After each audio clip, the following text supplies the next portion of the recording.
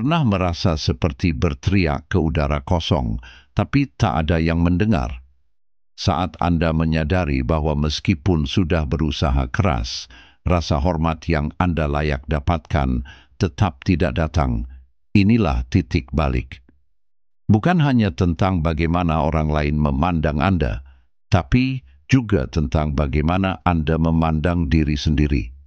Hari ini, kita akan menyelami dunia rasa hormat, sebuah konsep yang setua filsafat stoik, namun tetap relevan dalam kehidupan modern kita yang sibuk. Para filsuf stoik mengajarkan bahwa rasa hormat dimulai dari dalam, didasarkan pada pengendalian diri dan kebijaksanaan. Tapi bagaimana kita bisa menerjemahkan filosofi kuno ini ke dalam interaksi sehari-hari untuk mendapatkan rasa hormat yang layak kita terima? Tetap bersama kami saat kami membahas 5 strategi praktis yang akan memberdayakan Anda. Bukan hanya untuk mencari rasa hormat, tetapi juga untuk mewujudkannya. Dengan cara ini, suara Anda bukan hanya akan didengar, tapi juga dihargai.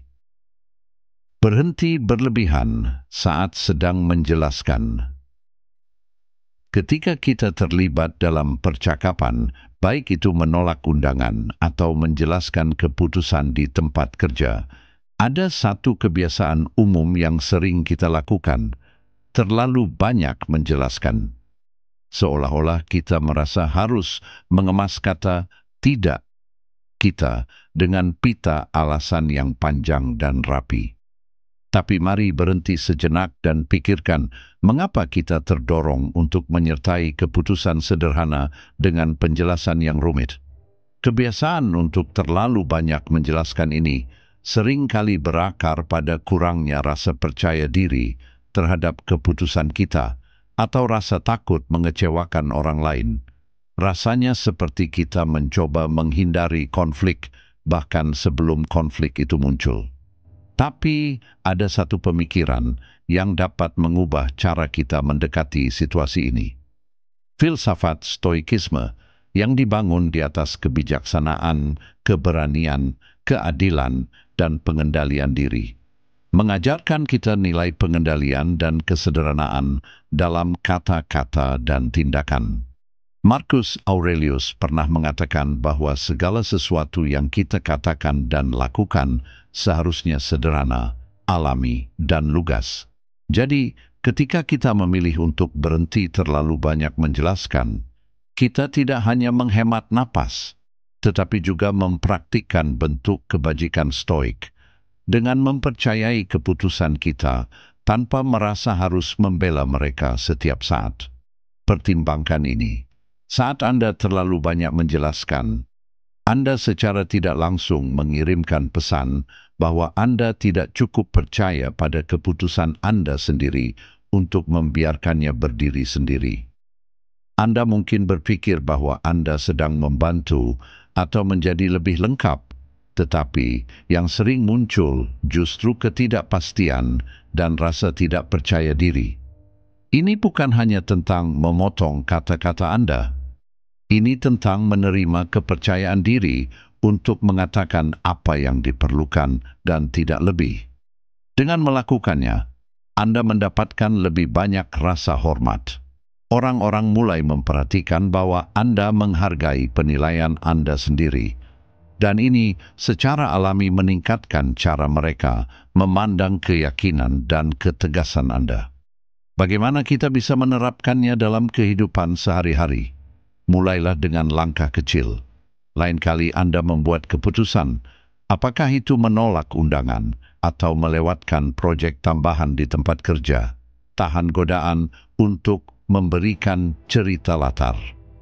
Sebuah "saya tidak bisa hadir, tapi terima kasih sudah mengundang," atau "saya harus melewatkan proyek ini untuk fokus pada prioritas saat ini," sudah cukup.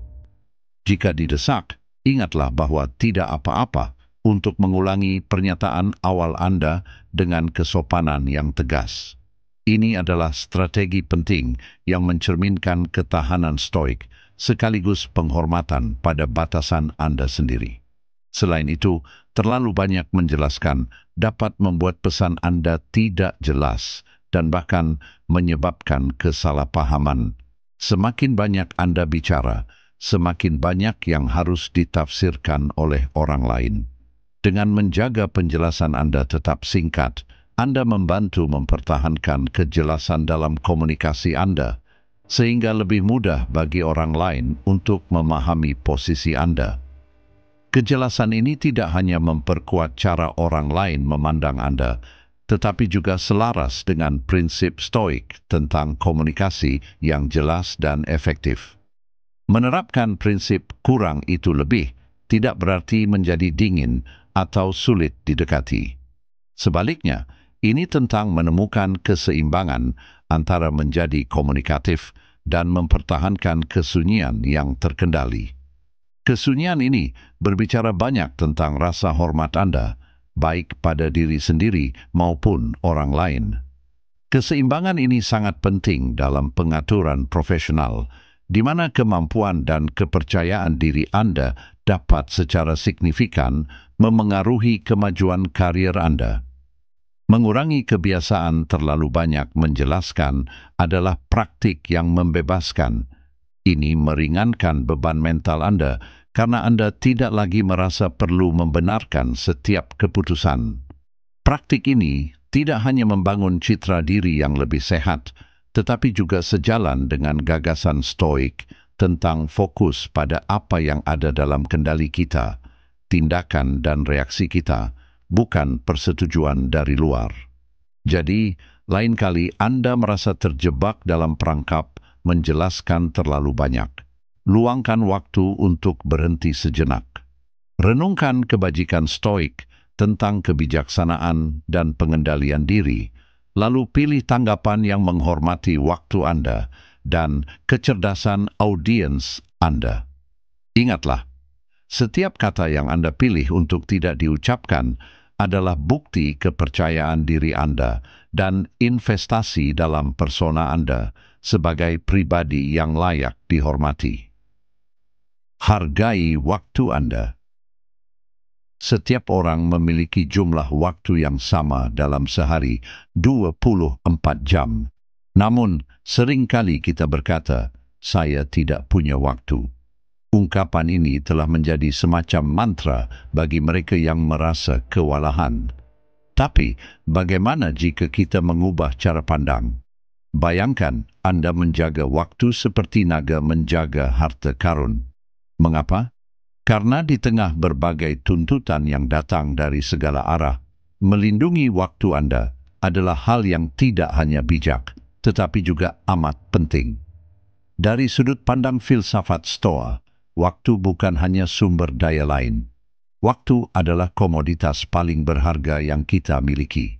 Sekali terpakai, waktu tidak bisa didapatkan kembali. Seneca, salah satu filsuf Stoik terkemuka, menulis banyak tentang penyalahgunaan waktu dalam esainya. Dia percaya bahwa kesibukan seringkali hanyalah ilusi, sebuah konstruksi dari manajemen waktu yang buruk dan prioritas yang salah tempat. Saran Seneca, bersikap selektif. Sama seperti seorang Stoik menggunakan kebijaksanaan untuk menentukan apa yang penting dalam hidup yang baik, kita juga harus memutuskan apa yang benar-benar layak untuk waktu kita. Pendekatan selektif terhadap pengelolaan waktu ini tidak berarti menjadi pelit atau menjauhkan diri dari orang lain. Sebaliknya, ini adalah tentang membuat pilihan yang lebih sadar, menyelaraskan aktivitas Anda dengan nilai-nilai terdalam Anda. Tanyakan pada diri sendiri, apakah tugas, rapat, atau acara sosial ini sejalan dengan nilai-nilai saya? Apakah itu akan memberikan kontribusi positif bagi hidup saya? Jika jawabannya tidak, maka Anda memiliki alasan yang kuat untuk mengatakan tidak. Dan mengatakan tidak adalah langkah yang kuat dalam menghormati waktu Anda sendiri. Namun, seni mengatakan tidak bisa menjadi tantangan, terutama dalam budaya yang sering mengaitkan kesibukan dengan produktivitas dan, pada akhirnya, harga diri. Tapi setiap kali Anda mengatakan ya untuk sesuatu yang tidak penting, Anda sebenarnya mengatakan tidak pada sesuatu yang lebih penting. Mungkin itu tujuan pribadi Anda, waktu untuk bersantai, atau bahkan kesehatan Anda. Menjaga waktu Anda berarti bersikap proaktif tentang apa yang Anda izinkan masuk ke dalam hidup Anda. Ini bukan tentang menjadi kasar, ini tentang menjadi sengaja. Pertimbangkan ini. Ketika seseorang meminta waktu Anda, bayangkan seolah-olah mereka meminta sepotong hidup Anda. Apakah Anda akan memberikannya begitu saja jika Anda melihatnya seperti itu? Kemungkinan besar tidak. Inilah saatnya untuk menggunakan praktik stoik. Renungkan kefanaan hidup dan pentingnya menggunakan waktu dengan bijak. Setiap momen harus digunakan dengan cara yang menambah nilai bagi hidup Anda atau kehidupan orang lain, mencerminkan komitmen stoik terhadap hidup yang penuh tujuan. Lebih jauh lagi, menjaga waktu Anda juga berarti tahu kapan harus mendelegasikan atau melepaskan sesuatu. Tidak semua email membutuhkan jawaban, dan tidak setiap masalah yang datang kepada Anda membutuhkan sentuhan pribadi Anda untuk menyelesaikannya. Seperti yang Marcus Aurelius tunjukkan, sangat sedikit hal yang sesungguhnya mendesak seperti kelihatannya. Belajar membedakan antara apa yang benar-benar membutuhkan perhatian Anda dan apa yang dapat ditangani oleh orang lain adalah keterampilan yang membebaskan waktu dan ruang mental Anda. Saat mempraktikkan prinsip-prinsip ini, Anda mungkin khawatir tentang bagaimana orang lain memandang pendekatan Anda yang tegas dalam melindungi waktu Anda. Tapi inilah pemikiran yang menghibur. Orang menghormati mereka yang menghargai waktu mereka sendiri. Ini menetapkan standar, menunjukkan bahwa Anda menghormati diri sendiri dan dengan perpanjangan menghormati mereka juga.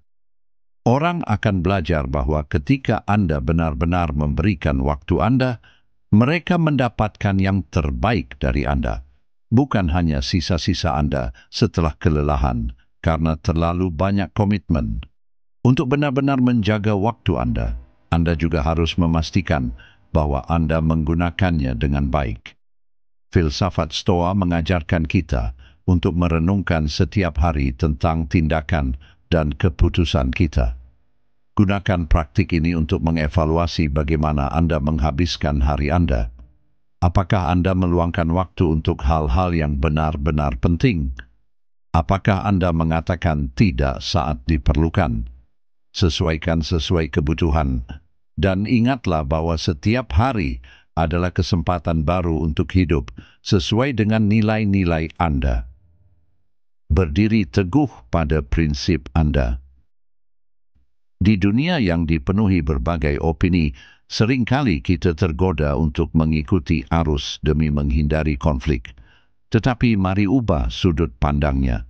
Bagaimana jika dengan berdiri teguh pada prinsip Anda justru dapat meningkatkan rasa hormat kepada diri sendiri sekaligus mendapatkan penghargaan dari orang lain? Filsafat Stoa menawarkan pengingat yang kuat melalui ajaran Epictetus. Bukan apa yang terjadi pada Anda yang penting, tetapi bagaimana Anda bereaksi terhadapnya. Filosofi ini menjadi inti dari tindakan berdiri teguh pada prinsip Anda. Ini bukan tentang bereaksi dengan agresi atau keras kepala, tetapi tentang merespons dengan keyakinan yang terukur, logis, dan penuh pemikiran terhadap nilai-nilai Anda.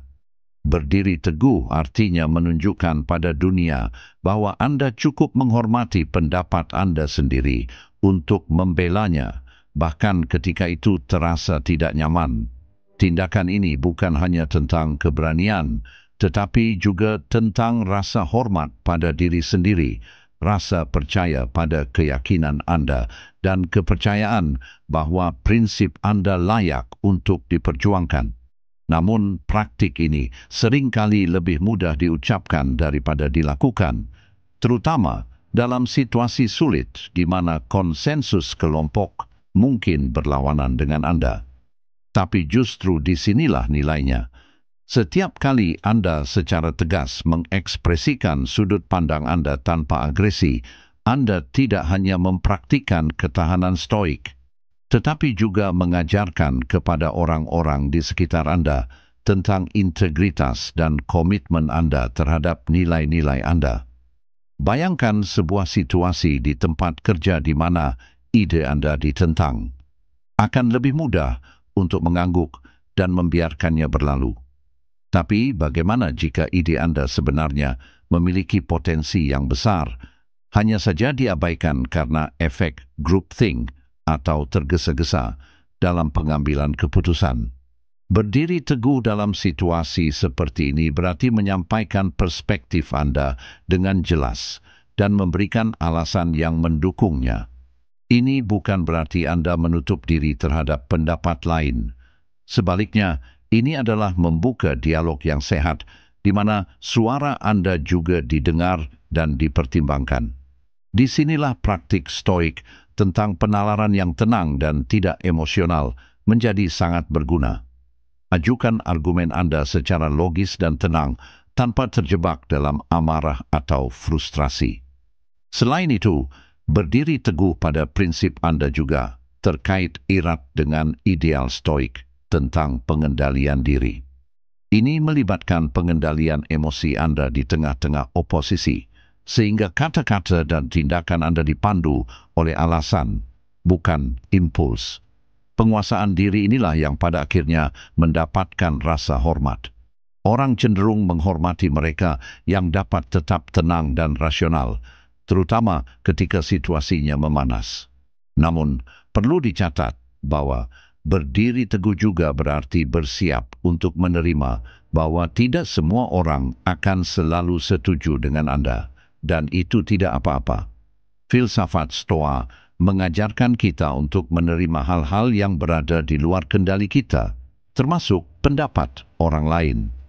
Namun, ada nilai besar dalam memiliki keberanian untuk mewakili pandangan Anda secara otentik. Dalam hubungan pribadi, praktik ini sama pentingnya. Ini mungkin berarti menetapkan batasan atau mengungkapkan kebutuhan yang penting bagi Anda. Bisa jadi sesederhana mengatakan tidak pada komitmen tambahan ketika Anda sudah merasa kewalahan, atau membela pilihan karier Anda ketika keluarga Anda memiliki pandangan yang berbeda. Untuk benar-benar berdiri teguh secara efektif, renungkan mengapa posisi Anda itu penting bagi Anda. Nilai inti apa yang Anda pertahankan dengan memegang pendirian ini? Apakah Anda berjuang demi keadilan, integritas, atau keaslian? Mengidentifikasi hal ini dapat memberi Anda kekuatan untuk bertahan dan kejelasan untuk mengkomunikasikan posisi Anda dengan keyakinan. Menepati janji. Konsistensi mungkin tidak selalu menjadi sorotan, tetapi sifat ini adalah fondasi utama untuk membangun dan mempertahankan kepercayaan. Coba pikirkan, ketika seseorang selalu menepati janjinya, bagaimana Anda memandang mereka?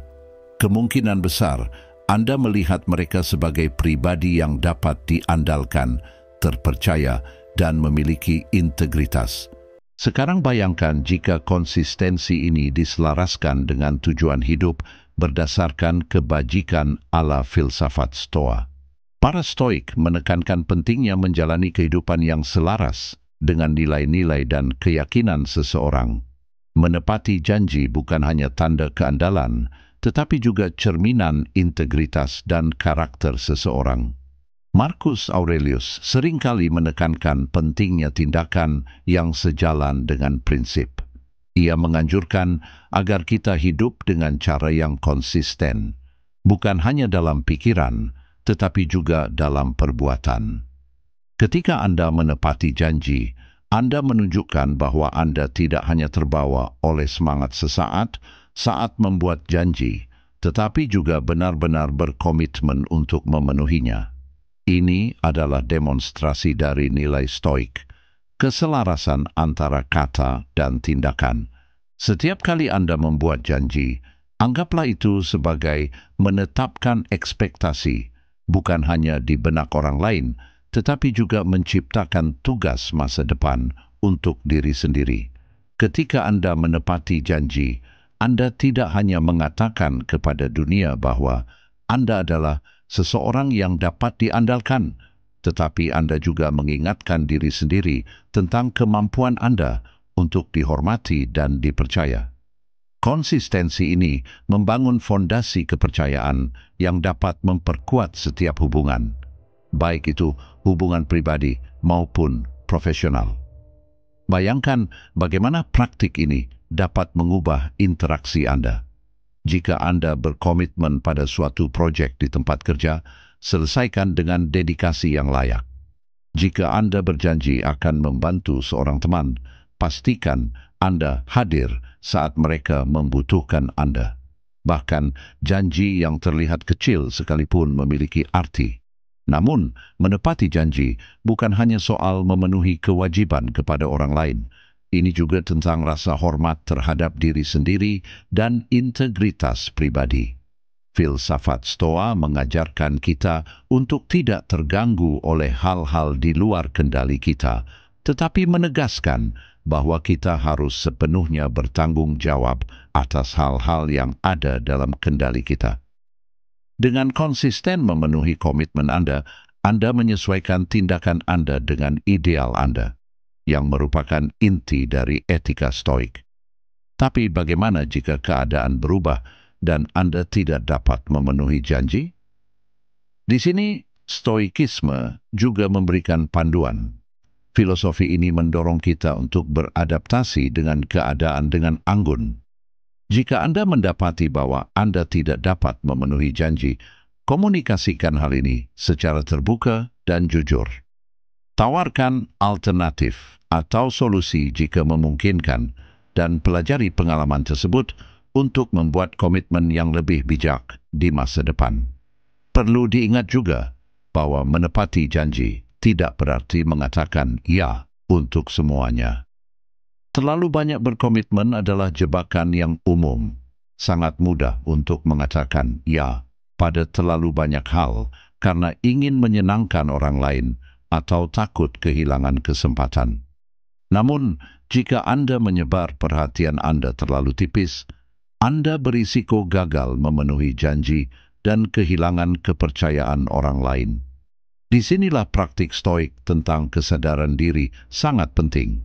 Ketahui batasan Anda, pahami kemampuan Anda, dan hanya berkomitmen pada hal-hal yang dapat Anda tangani. Ini tidak hanya membantu Anda menepati janji, tetapi juga memastikan bahwa tindakan Anda tetap berkelanjutan dan sejalan dengan kapasitas Anda. Bertanggung jawab atas kesalahan. Mengakui kesalahan bukanlah tanda kelemahan, melainkan langkah keberanian yang luar biasa. Ketika sesuatu tidak berjalan sesuai rencana, kemampuan untuk menerima tanggung jawab bukan hanya sebuah tindakan integritas, tetapi juga kesempatan yang mendalam untuk membangun karakter. Langkah ini mungkin sulit, tetapi disinilah letak pertumbuhan yang sesungguhnya.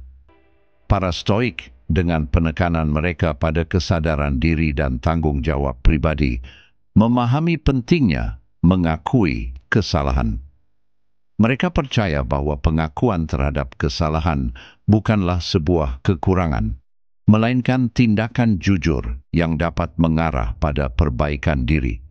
Ketika kita berbicara tentang tanggung jawab, itu lebih dari sekadar mengakui kesalahan.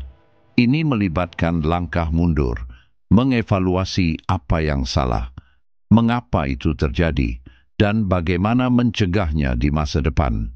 Proses ini mencerminkan praktik stoik berupa refleksi diri harian, di mana mereka mengevaluasi tindakan mereka setiap hari untuk melihat apa yang bisa dilakukan dengan lebih baik. Dengan menerapkan praktik ini, Anda tidak hanya belajar dari kesalahan Anda, tetapi juga menunjukkan kepada orang lain bahwa Anda berkomitmen pada peningkatan diri yang berkelanjutan. Tanggung jawab berjalan seiring dengan kerendahan hati, salah satu nilai inti filsafat Stoa. Mengakui bahwa Anda bisa saja salah dan menerima kesalahan, Anda bisa terasa merendahkan. Namun, kerendahan hati ini adalah kekuatan. Ia membuka pintu bagi pembelajaran dan pertumbuhan yang sangat penting untuk perkembangan pribadi maupun profesional. Lebih jauh lagi, ketika Anda bertanggung jawab atas kesalahan Anda meredakan konflik dan membangun kepercayaan. Orang cenderung lebih memaafkan dan mendukung ketika mereka melihat seseorang menangani kesalahan dengan jujur dan penuh martabat. Bayangkan sebuah skenario di tempat kerja di mana kesalahan Anda menyebabkan penundaan proyek. Meskipun mungkin menggoda untuk menyalahkan orang lain atau mencari alasan, mengambil tanggung jawab secara langsung dapat mengubah situasi negatif menjadi peluang pembelajaran dan pembangunan tim. Dengan mengakui kesalahan dan menguraikan rencana untuk memperbaikinya, Anda memberikan contoh kuat tentang apa artinya menjadi pemimpin yang bertanggung jawab dan etis. Selain itu, bertanggung jawab atas kesalahan juga dapat meningkatkan keterampilan pengambilan keputusan Anda. Setiap kali Anda mengakui kesalahan, Anda dihadapkan pada proses refleksi tentang pengambilan keputusan yang menyebabkan kesalahan itu. Refleksi ini dapat mengasah penilaian Anda, membuat Anda lebih mampu mengantisipasi dan mengatasi potensi masalah di masa depan. Dalam hal ini, tanggung jawab tidak hanya bersifat korektif, tetapi juga preventif. Namun, tanggung jawab tidak hanya tentang menangani kegagalan. Ini juga tentang transparansi dalam kesuksesan. Berbagi keberhasilan dan kegagalan, Anda menciptakan budaya keterbukaan dan pembelajaran. Pendekatan ini tidak hanya membantu Anda tumbuh sebagai individu, tetapi juga meningkatkan pengetahuan kolektif dan keterampilan kelompok Anda, mendorong lingkungan yang mendukung dan kolaboratif. Filsafat Stoa mengajarkan kita bahwa reaksi kita terhadap keadaan lebih penting daripada keadaan itu sendiri. Oleh karena itu, ketika Anda membuat kesalahan, fokuslah bukan pada kesalahan itu sendiri, tetapi pada bagaimana Anda meresponsnya. Dengan merangkul pola pikir ini, Anda tidak hanya lebih efektif menangani konsekuensi dari kesalahan Anda, tetapi juga sejajar dengan prinsip stoik. Fokus pada apa yang dapat Anda kendalikan, tindakan, reaksi, dan pertumbuhan pribadi Anda. Saat kita menyelesaikan perjalanan kita melalui strategi-strategi ini, jelas bahwa setiap prinsip memiliki makna yang jauh lebih mendalam daripada apa yang terlihat di permukaan. Baik itu menjaga kata-kata tetap ringkas, menghargai waktu, berdiri teguh pada prinsip, menepati janji, atau bertanggung jawab atas kesalahan, semuanya membentuk kerangka hidup yang tidak hanya untuk mendapatkan rasa hormat, tetapi juga menjalani hidup yang bermakna. Bayangkan jika Anda mengintegrasikan praktik-praktik ini dalam kehidupan sehari-hari Anda. Setiap hari menjadi kanvas di mana Anda melukis dengan tindakan, kata-kata, dan pilihan Anda. Setiap goresan mencerminkan kebijaksanaan dan niat yang mendalam. Sebagaimana Marcus Aurelius pernah mengingatkan kita, balas dendam terbaik adalah tidak menjadi seperti musuhmu. Demikian juga, cara terbaik untuk mendapatkan rasa hormat bukanlah dengan memintanya, tetapi dengan mewujudkannya. Terima kasih telah bergabung dalam perjalanan ini. Mari terus berupaya menjadi pribadi yang lebih baik, menjalani hidup dengan kebijaksanaan, dan membangun rasa hormat sejati dari dalam diri dan dari orang lain. Sampai jumpa di video selanjutnya.